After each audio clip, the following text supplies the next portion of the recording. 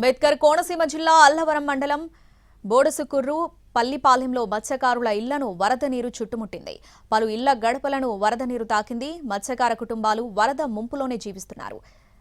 వరద నీరు ఇళ్లలోకి వచ్చిన అధికారులు పట్టించుకోవడం లేదని మత్స్యకారులు ఆవేదన వ్యక్తం చేస్తున్నారు.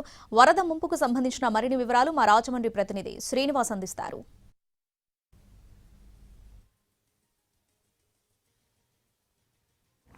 గోదావరి వరద ప్రవాహం కారణంగా అంబేద్కర్ కోనసీమ జిల్లాలోని బార్డర్ స్కూరు పల్లిపాలెంలోకి ఇక్కడ వరద నీరు ప్రవేశించడం జరిగింది. ఇక్కడ ఇళ్ళ చుట్టూరు కూడా గోదావరి వరద నీరు ప్రవేశించింది. అలాగే పలు ఇళ్లలోకి ఇక్కడ ఇళ్లలో కూడా వరద నీరు వెళ్ళిపోవడం కూడా జరిగింది. అయితే ఇక్కడ కూడా చూసినట్లయితే ఈ పల్లిపాలెంలో 55 ఇళ్ళల వరకు ఉన్నాయి. 55 ఇళ్లలోకి కూడా ఇక్కడ ఇదే విధంగా గోదావరి వరద నీరు ప్రవేశించడం జరిగింది. ఇంకా ఎంతవరకు వస్తే మీకు భయం లేకుండా ఉంటుంది అంటే 60 దాటిందంటే ఇంక ఇంట్లోంచి తప్పుకుంటామండి.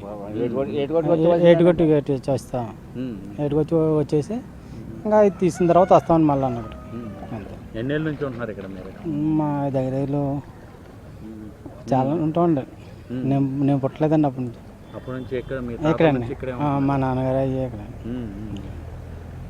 అంటే ఇప్పుడు వరదలు వచ్చినప్పుడు ఇదే పరిస్థితి. ఎలా ఉంటామంటే వచ్చిన తీసిన తర్వాత వచ్చేస్తామండి.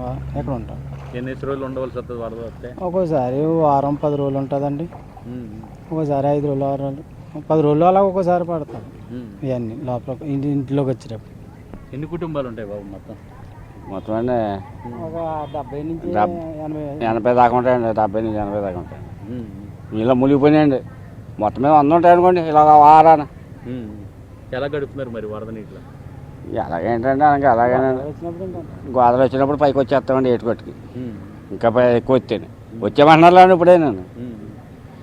అదేనండి. ఇంకా మరి ఇప్పుడు ఈ వరదల టైంలో బోట్లు కూడా వేసిన వెళ్ళడానికి ఉండదు కదా? వెళ్ళొద్దు అంటున్నారు కదండి. ఎక్కడికి వెళ్తలేదు. ఏటకు కూడా వెళ్ళొద్దు అంటున్నారు. ఓ బియ్యం కూడా ఇప్పుడు ఇంకా సప్లై ఏమి ఇవ్వలేదండి. ఇప్పుడు ప్రస్తుతం మీద ఇళ్ళ దగ్గర ఎలాగున్నది పరిస్థితి? ఇల్లు చుట్టూరు ఇంకా ఎక్కడికి వెళ్ళడం లేదండి. వెళ్ళి సరుకులు గట్టా వెళ్ళి తెచ్చుకుంటున్నామండి. నీటిలోనే వెళ్ళి తెచ్చుకుంటున్నామండి. అదండి. ఇంకా పిల్లలతో ఎటువంటి ఇబ్బందులు పడుతున్నారు? పిల్లలతో అంటే పిల్లలు కూడా స్కూల్కి వెళ్ళిపోతారండి. నీటిలో నడుచుకుని వెళ్ళిపోతారండి. అంటే మరి ప్రభుత్వాన్ని ఏం కావాలని కోరుకుంటున్నారు? ఇది వరకే భోజనాలు ఎట్టుకోరండి హై స్కూల్ కాడ.